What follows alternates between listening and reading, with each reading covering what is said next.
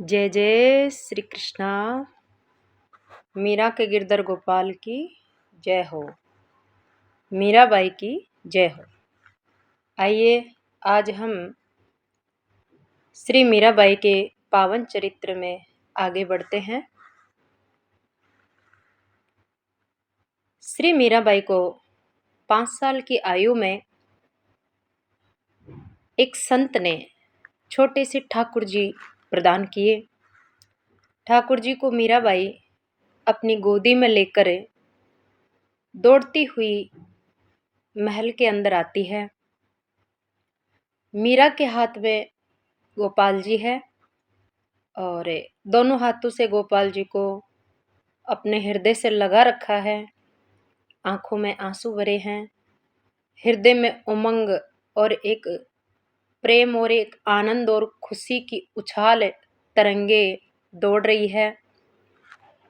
जैसे ही मीराबाई अपने ठाकुर जी को लेकर के महल में आई तो सबसे पहले उनकी बड़ी माँ मिल जाती है। बड़ी माँ कहती है, अरे मीरा, ये क्या है? ये क्या लेकर आ रही है?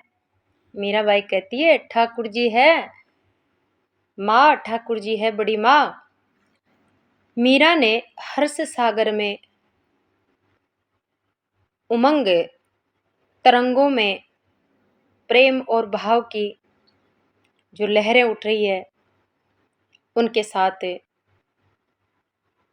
बोल रही है मीराबाई, ठाकुर जी है माँ। बड़ी माँ कहती है, लाओ लाओ मुझे दे दो, मैं ले चलती हूँ मीरा। तुम छोटी हो बेटा, मेरे को दे दो ठाकुर जी।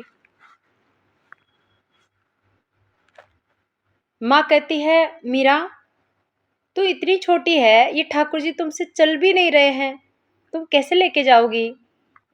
तब तक मीराबाई की बड़ी माँ के एक बेटी थी जिसका नाम था रायसल जी की पुत्री लक्ष्मी। लक्ष्मी ने कहा, ना ना ना। मीरा ने आतुरता पूर्वक ना कहते हुए और मूर्ति को बड़ी कृपणता के साथ, जैसे कंजूस व्यक्ति से कोई धन मांगता है और कंजूस व्यक्ति को धन देने में बड़ी तकलीफ होती है, उसी प्रकार से मीराबाई से जब लक्ष्मी ने कान्हा मांगा तो मीराबाई मना कर देती है और दोनों हाथों से ठाकुर जी को और भी अधिक से अधिक अपने हृदय से लगा लेती है और शीघ्रतापूर्वक अपनी माँ के कक्ष में चली जाती है। मीराबाई अपनी माँ के पास जाकर एक आलमारी खोलती है और उसमें एक लकड़ी की चौकी पड़ी थी, लकड़ी की चौकी रखी हुई थी। वो लकड़ी की चौकी मतलब पाटा उठाती है, एक हाथ में ठाकुर जी है और एक हाथ से आलमारी खोल के और उसमें से अलमारी से चौकी लेकर आती है। उस चौकी को रखती है और फिर दौड़ी दौड़ी जाती है। और मीराबाई 5 साल की तो है ही और उनकी छोटी सी ओढ़नी, छोटा सा लहंगा पहनती थी तो छोटी सी माथा पर ओढ़नी भी ओढ़ती थी। तो मीराबाई की एक नई ओढ़नी पड़ी थी जिसके सुंदर सुंदर सजावट हो रखी थी। मीराबाई जाती है और अपनी नई ओढ़नी लेकर के आती है और उस ओढ़नी को ला करके पाटा पर बिछा देती है और पाटा पर ओढ़नी बिछा के और उसके ऊपर अपने ठाकुर जी को विराजमान कर देती है और फिर थोड़ी देर ठाकुर जी के सामने बैठ जाती है और बड़े प्रेम से ठाकुर जी को निहारने लगती है। जब मीरा चौकी पर आसन पर ठाकुर जी को बिठा कर सामने बैठ के निहार रही है, मीरा के हृदय में इतना पवित्र, इतना निर्मल भाव है कि उसकी आंखों से आंसू नहीं रुक रहे हैं। भगवान को देखते देखते आंसुओं की धार बहती जा रही है, रोम रोम भाव से भर जाता है। आज की इस उपलब्धि के सम्मुख मीरा के लिए सारा जगत तुच्छ हो गया है। मीराबाई को इतना आनंद फील हो रहा है कि मानो सारे जगत का आनंद एक तरफ रख दिया जाए तो भी वो आनंद इस आनंद के सामने आज फीका महसूस हो रहा है।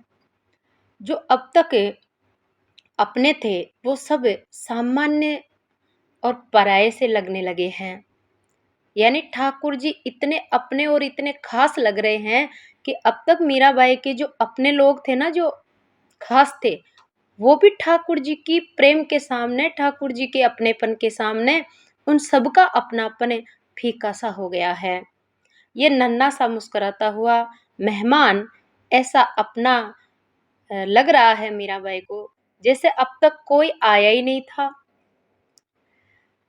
सारे हंसी खुशी खेल तमाशे, नाचना गाना, पहनना ओढ़ना, सब कुछ ठाकुर जी के ऊपर न्योछावर कर दिया मीराबाई ने। मतलब मीराबाई वस्त्र पहनती है ना, तो ठाकुर जी के पसंद के पहनती है और ठाकुर जी की खुशी के लिए पहनती है। सजती है, श्रृंगार करती है, सज धज करके, और ठाकुर जी के सामने नृत्य करती है। नृत्य इसलिए करती है ठाकुर जी को खुश करने के लिए। हृदय में जैसे हर्ष की सीर खुल गई हो, उत्साह ऐसे लगता है कि जैसे हृदय उफान मार रहा हो। क्या करूं ठाकुर जी के लिए। मीराबाई के हृदय में हमेशा निरंतर यही चिंता रहती है कि मैं अपने प्रभु को क्या खिलाऊं, क्या पिलाऊं, ऐसी क्या चीज देऊं, ऐसा कौन सा काम करूं जिससे मेरे ठाकुर जी अधिक से अधिक प्रसन्न और सुखी रहे। यही सच्चे प्रेम के लक्षण होते हैं। जब कोई भी जीव किसी को हकीकत में दिल से चाहता है तो उसके हृदय में बस एक ही बात रहती है कि वो जिसको चाहता है उसके लिए वो ऐसा क्या करे जिससे कि उसकी आत्मा अधिक से अधिक प्रसन्न हो। तो मीराबाई का तो अब बस सिर्फ एक ही रिश्तेदार है, वो है श्याम सुंदर, और वो उन्हीं को प्रसन्न करने में लगी रहती है। उनको प्रसन्न करने के लिए झूम झूम के नाचने लगती है, कभी गाने लगती है, कभी ठाकुर जी के सामने बैठ कर के बातें करने लगती है, फिर जोर से हंसती है। आहा, कैसे दिख रहा है मेरी और ठाकुर जी के सामने बैठ कर के, और भगवान को निहारती है और भगवान से कहती है आप मेरी तरफ कैसे देख रहे हो। अरे बाबा, भूल हुई, तुम तो भगवान हो ना, मैंने तुम्हें तुम कह दिया काना। अच्छा माफ करो बाबा, लेकिन एक बात है, आप कितने अच्छे हो, आप कितने कृपालु हो। आप उन संत के पास से मेरे पास चले आए, बताओ ये कितनी बड़ी दया और कृपा है आपकी। मुझे तो कुछ आता भी नहीं है काना। मीरा ठाकुर जी से किस प्रकार से बातें कर रही है। मीरा जी कह रही है, लाला मुझे तेरी सेवा करना नहीं आता है, मुझे भक्ति करना नहीं आता। वो संत तो कितने मंत्र तुम्हें सुनाते थे, पाठ सुनाते थे, हैं, वो तो कितने विधि विधान से तुम्हारी सेवा करते थे, मुझे तो कुछ आता ही नहीं है। क्या तुम मेरे ऊपर खुश रहोगे। अच्छा बाबा, मीराबाई कह रही है ठाकुर जी से, सुनो श्याम सुंदर, गिरधर गोपाल, अगर मेरे से कोई भूल हो जाए, कोई कमी रह जाए ना सेवा में, तो रूठना मत आप। नहीं रूठोगे ना। अरे बाबा, कोई कमी रह जाए तो मेरे को बता देना, वैसे फिर भूल नहीं करूंगी दोबारा, कभी नहीं होगी फिर भूल। उस महात्मा की याद तो नहीं आ रही है ना आपको।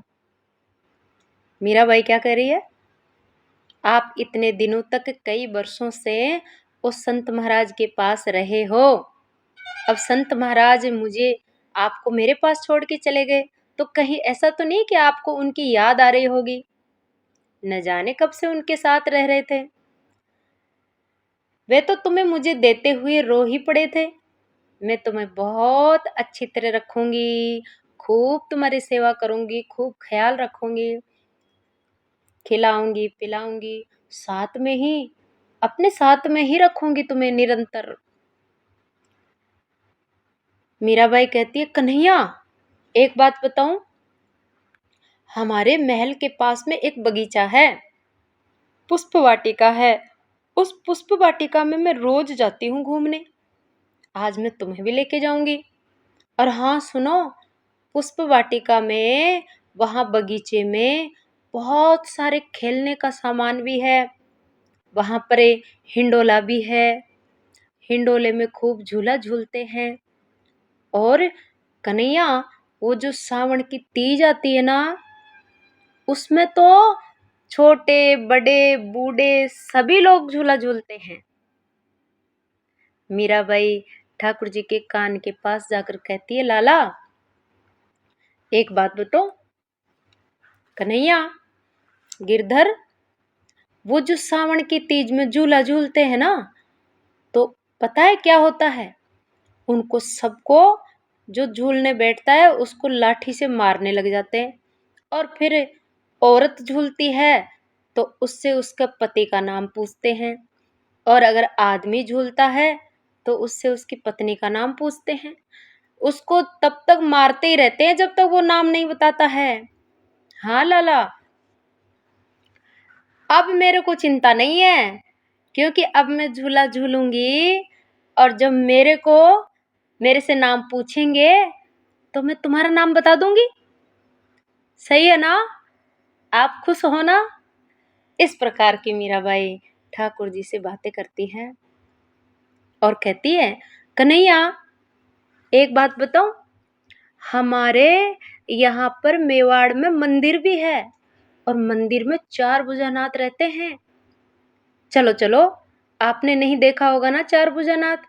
चलो आज मैं तुम्हें 4 भुजानाथ के दर्शन करा के लाती हूँ। तो ठाकुर जी को गोदी में लेकर और 4 भुजानाथ के मंदिर में मीराबाई चली जाती है। ठाकुर जी के दर्शन कराती है, फिर बगीचे में जाती है। इस प्रकार से मीरा जी ठाकुर जी से कई प्रकार की बातें करती है। कहती है, कान्हा तुझे भूख तो नहीं लगी ना? अरे भूख लगी तो बाबा बता देना।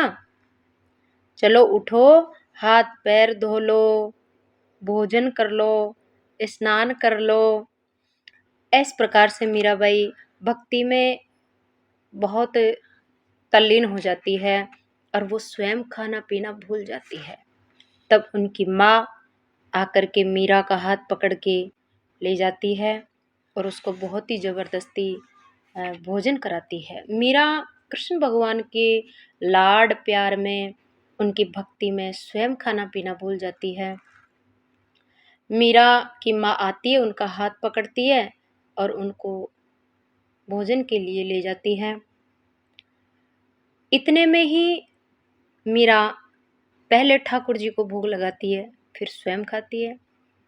इतने में मीराबाई के जो दादाजी है वो आ जाते हैं। मीराबाई के दादाजी जैसे ही महल में आते दिखाई दिए और मीरा दौड़ के जाती है, बाब अपने दादाजी का हाथ पकड़ती है और मीरा दादाजी से कहती है, बाबू साहब चलो भीतर चलो, भीतर चलो, महल के अंदर चलो। बाबू साहब कहते हैं, अरे महल के अंदर क्या है आज? मीराबाई कहती है, हमारे घर में आज एक पाहुणा आया है, एक नया मेहमान आया है, चलो तो सही, आप दर्शन तो करो। मीरा ने दूधाजी का हाथ पकड़कर आग्रह किया, कहा, ये है ठाकुर जी हमारे नए नए मेहमान। बाबू साहब जब ठाकुर जी को देखते हैं तो कहते हैं, अरे तेरे ठाकुर जी कहाँ से आ गए भले मीरा? उन्होंने मीरा के माथे पर हाथ रखकर बड़े लाड से पूछा, बेटा तुम्हारे पास ठाकुर जी कहाँ से आए? मीरा कहती है, परसों जो हमारे संत महाराज थे ना, उन्होंने मुझे सुबह सुबह ठाकुर जी दे दिया था। पहले मैंने ठाकुर जी उनसे मांगा, लेकिन उन्होंने मना कर दिया। फिर रात को भगवान उनके सपने में आए और भगवान ने संत से कहा कि मैं तो मीरा के पास जाऊंगा। तो फिर वो महाराज मुझे ठाकुर जी दे के चले गए दादाजी।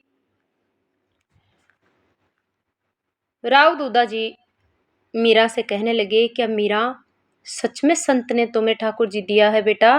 बोले, हाँ हाँ हुकुम, सच में उन्होंने ही तो दिया है, नहीं तो मैं ठाकुर जी कहाँ से लाती बताओ? मैंने कल उनसे मांगा तो उन्होंने मुझे दे दिया। उन्होंने मना कर दिया था, लेकिन भगवान के आदेश होने पर वो मुझे दे के चले गए। इतना सुनते ही मीराबाई के दादाजी आंखों में आंसू आ जाते हैं और वो बड़े प्रसन्न हो जाते हैं। अब मीरा कहती है, दादाजी ठाकुर जी तो हमारे पास आ गए हैं, लेकिन इनका तो कुछ नाम ही नहीं है। इनका नाम क्या बताएं, क्या नाम निकालें इनका? सच तो यह है कि महाराज ने भी मुझे नाम नहीं बताया इनका, और मैं भी पूछना भूल गई। अब आप ही जल्दी से चलकर दर्शन कीजिए और बताइए ना इनका नाम। बाबू साहब कहते हैं, मैं आता हूं बेटा, तुम भीतर जा करके कहो, लाओ ठाकुर जी को। राव दूधा जी कहने लगे, मीरा दौड़कर अंतपुर में गई और चौक में चिल्लाती हुई बोली, आप सब एक और हो जाइए, हमारे बाबू साहब पधार रहे हैं, बाबू साहब पधार रहे हैं, बाबू साहब देखो ना मेरे ठाकुर जी के दर्शन करो। इस प्रकार से छोटी सी मीरा दौड़ती हुई, खुशी और उमंग में झूमती हुई दादाजी का हाथ पकड़ के लाती है और श्री कृष्ण के गिरधर गोपाल के दर्शन करवाती है। माँ अपनी जेठानी का कक्ष में जाती हुई बोली, भाभी साहब ये छोरी तो ठाकुर जी के पीछे पागल हो रही है, साथ साथ अन्नदाता हुक्म को भी इधर उधर पूरे महल में दौड़ा रही है। मीराबाई उनके दादा का हाथ पकड़ के और ठाकुर जी के लिए महल में बार बार घुमा रही है, तो उनकी माताएं जो है वो बातें कर रही है। अन्यथा अभी दोपहर में विश्राम के समय उठाकर यहाँ लाने की क्या जरूरत थी? ठाकुर जी को बाहर ले जाकर दिखा देती ना। सारे रनिवास में भाग दौड़ मच जाती है।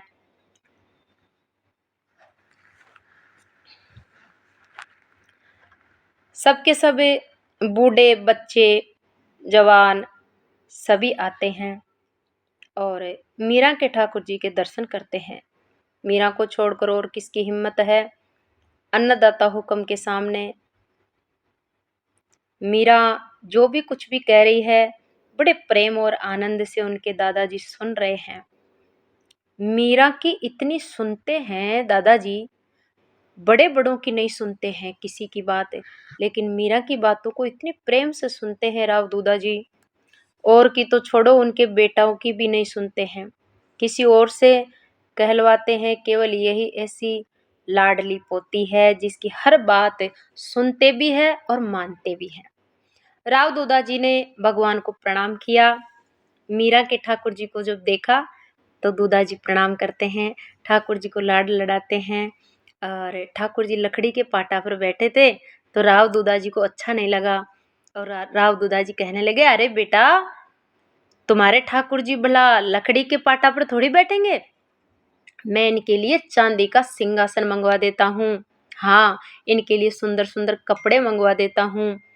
इनके लिए मैं जो है पूरा श्रृंगार, पूजा की सामग्री, अच्छे अच्छे तकिया, ये सब व्यवस्था कर देता हूँ। राव दूधा जी उसी दिन आदेश देते हैं और एक दिन के अंदर अंदर ही चांदी का सिंहासन बनकर आ जाता है। ठाकुर जी की सेवा के लिए जितनी भी आवश्यक सामग्री थी वो सब राव दूधा जी मंगवा देते हैं। मीरा अति प्रसन्न हो जाती है।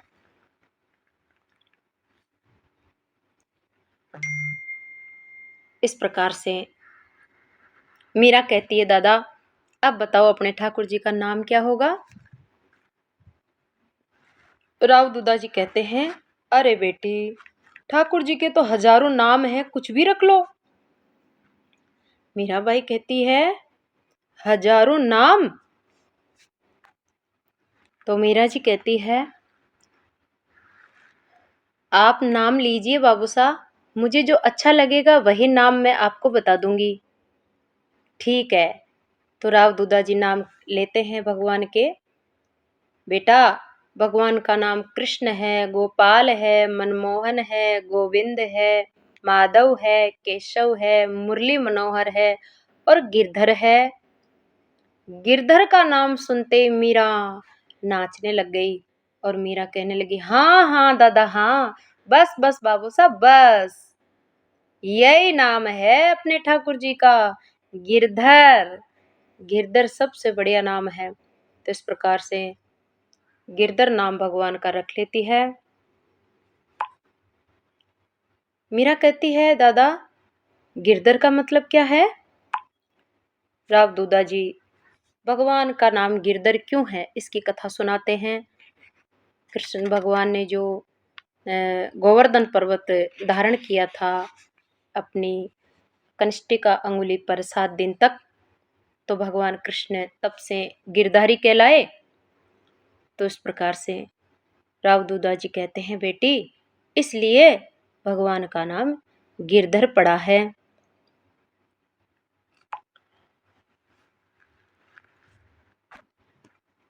तो राव दूधा जी ने ठाकुर जी का नाम गिरधर क्यों है ये बताया। इतने में ही कुछ करते मीराबाई चौंक जाती है और एकटक देखती रह जाती है। कुछ करे इससे पहले ही मीरा जी के पास एक बालक खड़ा था। बालक ने कहा, क्या हुआ मीरा, मीरा क्या हुआ, ऐसे कह करके उसे हाथ से हिलाया। तो गिरधर का नाम जब राव दूधा जी ने लिया, उस समय मीराबाई बेहोश हो गई, मूर्छित हो गई, क्योंकि मीराबाई पिछले जन्म में गोपी थी और गिरधर गोपाल का दर्शन किया था। वो छवि उसके चित्त में आ जाती है, हृदय में गिर गोवर्धन धारण की हुई भगवान की उस छवि का दर्शन होता है उनको, इसलिए वो समाधि में चली जाती है। 5 साल की मीरा समाधि में चली जाती है। राव दूधा जी शीघ्रतापूर्वक मीरा को उठाते हैं, गोदी में बिठाते हैं। राव दूधा जी दोनों हाथों से मीरा को गोदी में लेकर लाड करते हैं और वो मूर्छित अवस्था में थी, समाधि में थी और आंखों में आंसू थे, क्योंकि हृदय में गिरधर गोपाल की छवि का स्मरण हो गया था, दर्शन हो गया था। इसलिए रोम रोम में भगवान कृष्ण का प्रेम भर गया था। तो मीराबाई का शरीर काम नहीं कर पा रहा था। ऐसी अवस्था में राव दूधा जी दोनों हाथों से श्री मीरा जी को उठाते हैं, हृदय से लगाते हैं और कंधे के लगा के और गोदी में लेकर राव दूधा जी बाहर चले जाते हैं और अपने खुद के मुख से रनिवास के सब लोगों को बुलाकर राव दूधा जी ये सारी खबर सुनाते हैं। दूधा जी के मुख से मीरा की ऐसी अद्भुत भक्ति की घटना जो सभी स्त्री पुरुष आदि सुनते हैं तो सोचने लगते हैं और चिंता में भी पड़ जाते हैं कि अरे हमारी हंसती खेलती हुई लाली को ये क्या हो गया, अकस्मात ये क्या हो गया है। क्योंकि अनन्य प्रेममय ऊंची भक्ति की स्थिति में जो भक्त पहुंचता है तो उसके शरीर में जो भक्ति के लक्षण आते हैं उनको संसार नहीं समझ पाता है। तो इस प्रकार से मीरा की माँ, उनकी जो दादी, उनकी बड़ी माँ और जितने भी लोग थे रेनिवास के, उन सभी को बड़ी भारी चिंता हो जाती है कि ये बच्ची को क्या हो गया है, क्या हो गया है, ये बार बार बेहोश कैसे हो जाती है। जबकि वो बेहोश नहीं होती थी, वो ठाकुर जी के ध्यान में मूर्छित हो जाती थी, समाधि में चली जाती थी। तो ये श्री मीरा जी का पावन चरित्र, आज के चरित्र को हम यहीं पर वीडियो को विराम विश्राम देते हैं। अगला आगे का चरित्र अगले वीडियो में हम सुनेंगे कि किस प्रकार से मीराबाई की माँ की चिंता बढ़ जाती है।